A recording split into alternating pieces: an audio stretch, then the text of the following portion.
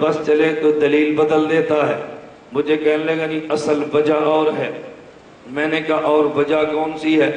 کہتا ہے دیکھو یہ دین عرب سے آیا ہے. عرب میں خدا نہیں کہتے اللہ کہتے ہیں. میں نے کہا ایک سوال میرا بھی ہے، آپ بتاؤ سال میں روزے کتنے فرض ہیں؟ کہتا ہے جی ایک ماہ کے روزے فرض ہیں. میں نے کہا بتائیں 24 گھنٹے میں نمازیں کتنی فرض ہیں؟ کہتا ہے 5 نمازیں فرض ہیں. میں نے کہا یہ جملے اپنی زبان سے آپ کہہ دو. کہتا ہے سال بھر میں ایک ماہ کے روزے فرض ہیں، دن رات میں 5 نمازیں فرض ہیں. میں نے کہا آپ نے نماز اور روزہ کیوں کہا ہے؟ جب دین عرب سے آیا تمہیں صوم و صلات کہنا چاہیے، تم نے نماز و روزہ کیوں کہا ہے؟ کہتا ہے جب بات عربی میں کریں تو پھر صوم و صلات کہتے ہیں، اور جب بات اردو میں کریں تو نماز و روزہ کہتے ہیں. میں نے کہا جب بات عربی میں کریں ہم بھی اللہ کہتے ہیں، اور جب بات اردو میں کریں تو خدا پیغمبر کہتے ہیں. جو دلیل تیری ہے وہی دلیل میری ہے. تو تیری دلیل کے تقاضے اور ہیں تو پھر میری دلیل کے تقاضے اور کیوں ہیں؟ میں نے کہا محمد الرسول اللہ کا معنی حضرت محمد خدا کے، بولیے نا، حضرت محمد خدا کے پیغمبر ہیں. حضرت محمد خدا کے پیغمبر ہیں. میں نے جان بوجھ کے ترجمہ یہ کیا ہے کہ میں نے آپ کو بات سمجھانی ہے. اگر میں یہ کہ حضرت محمد اللہ کے رسول ہیں تو پھر بھی مجھے رسول کا معنی پیغمبر کرنا پڑے گا. بات کو سمجھانے کے لیے رسول رسالت سے بنا ہے. رسالت کا معنی پیغام ہے، اور رسول اور پیغمبر کا مطلب یہ ہے کہ رسول خدا سے پیغام لیتا ہے، مخلوق کو پیغام دیتا ہے. نبی کے ذمے 2 کام ہیں. نمبر 1 خدا سے پیغام لینا ہے، اور نمبر 2 مخلوق کو پیغام دینا ہے. دنیا میں پیغام 2 طرح سے چلتے ہیں. آپ نے جلسہ رکھا، اشتہار چھپوا کے رکھا، مراد بھی آپ کی ہے، الفاظ بھی آپ کے ہیں. اگر آپ نے جلسہ رکھا بغیر اشتہار چھپوائے رکھا، جیسے رائیونٹ کا سالانہ جلسہ ہے، ہر جمعرات شب جمعہ کا جلسہ ہے، اس میں مراد آپ کی ہے، الفاظ ہر اعلان کرنے والے کے اپنے ہیں. نہ سمجھے مثال میں دوسری دوں گا. شادی کے موقع پہ دوست احباب کو جمع کرتے ہیں، کبھی شادی کارڈ چھپوا کے جمع کرتے، کبھی شادی کارڈ چھپوائے بغیر کسی آدمی کو بھیج کے جمع کرتے ہیں. اگر شادی کارڈ چھپوا کے دوست احباب کو بلایا ہے، مراد بھی آپ کی ہے، الفاظ بھی آپ کے ہیں. اگر آپ نے بندہ بھیج کے منگوایا ہے، مراد آپ کی ولیمہ یا نکاح ہے، اور الفاظ پیغام لے جانے والے کے.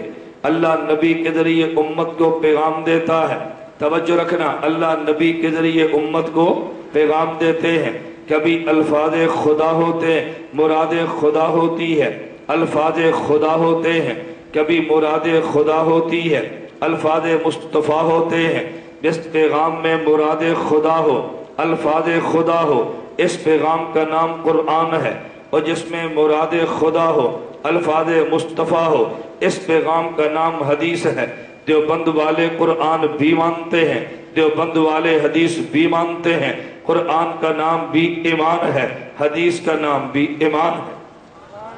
قرآن کا نام بھی اور حدیث کا نام بھی. میں بات کیا سمجھا رہا تھا؟ قرآن بھی ایمان ہے، حدیث بھی ایمان ہے. قرآن حدیث کا معنی سمجھ آ گیا؟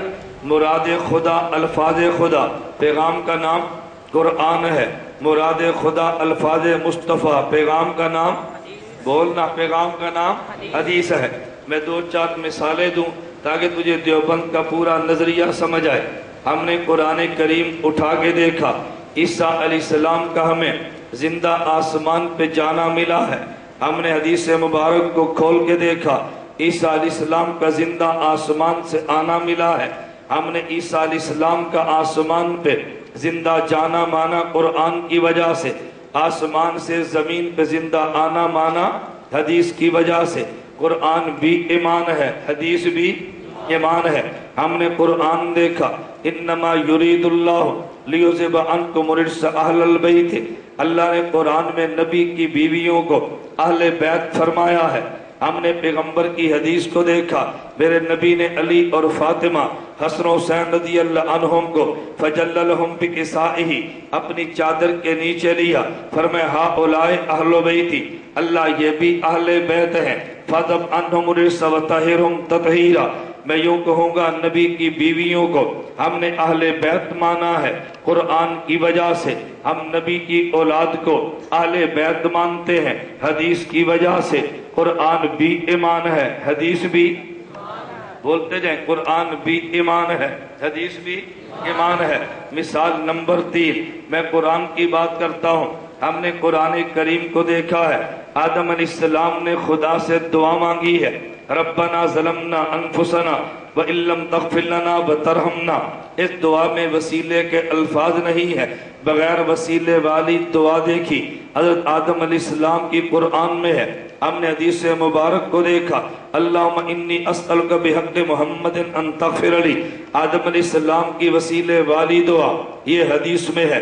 ہم بغیر وسیلے والی دعا حضرت آدم کی مانتے ہیں قرآن کی وجہ سے، وسیلے والی دعا مانگتے ہیں حدیث کی وجہ سے، قرآن بھی ایمان ہے حدیث بھی ایمان ہے۔ مثال نمبر 4 عرض کرتا ہوں، ہم نے قرآن کریم میں دیکھا میرے نبی اس دنیا میں نماز پڑھتے تھے، وَاعْبُدْ رَبَّكَ حَتَّىٰ يَأْتِيَكَ الْيَقِينَ کو دیکھا، میرے نبی قبر میں نماز پڑھتے ہیں۔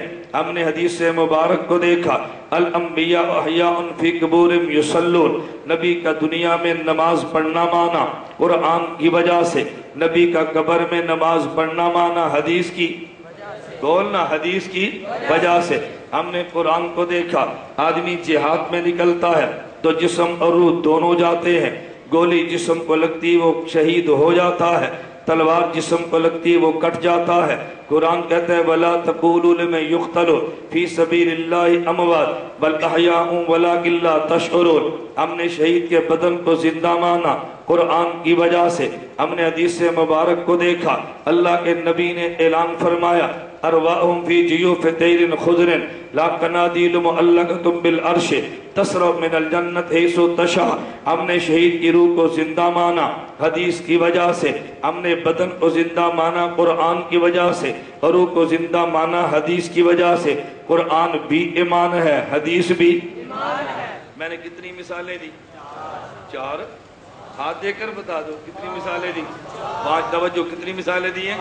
نمبر 1 میں اب مثالیں گنواتا ہوں تاکہ تو یاد رہے۔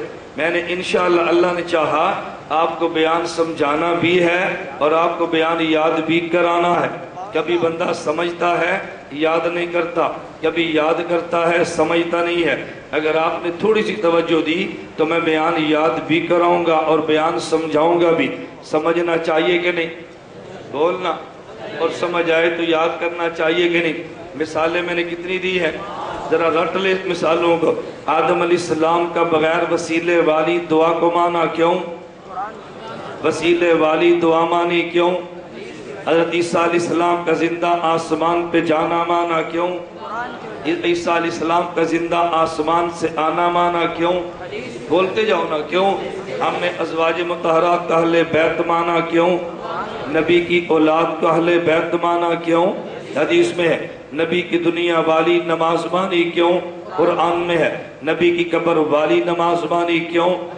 نبی کے بدن کو زندہ مان، شہید کے بدن کو زندہ مانا کیوں؟ قرآن میں ہے۔ شہید کی روح کو زندہ مانا کیوں؟ حدیث میں ہے۔ نمبر 1 مسئلہ قرآن کسے کہتے ہیں؟ نمبر 2 حدیث کسے کہتے ہیں؟ نمبر 2 مسئلہ قرآن کو سمجھنے کا طریقہ کیا ہے؟ حدیث پیغمبر کو سمجھنے کا طریقہ کیا ہے؟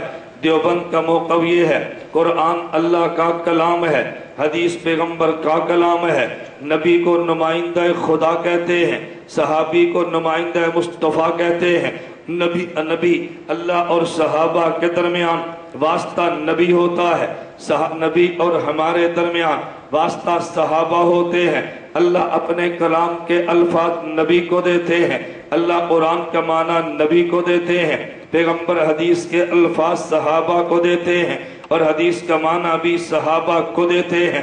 اگر الفاظ قرآن لینے ہیں وہ بھی پیغمبر دے گا، اگر قرآن کا معنی لینا ہے وہ بھی پیغمبر دے گا، حدیث کے الفاظ لینے ہیں تو وہ پیغمبر کے صحابی دیں گے، اگر حدیث کا معنی لینا ہے تو وہ پیغمبر کے صحابی دیں گے۔ جب نبی قال اللہ فرماتے ہیں قرآن بنتا ہے، جب صحابی قال الرسول فرماتے ہیں حدیث بنتی ہے۔ زبان پیغمبر پہ اعتماد کرے قرآن ملتا ہے، زبان صحابی پہ اعتماد کرے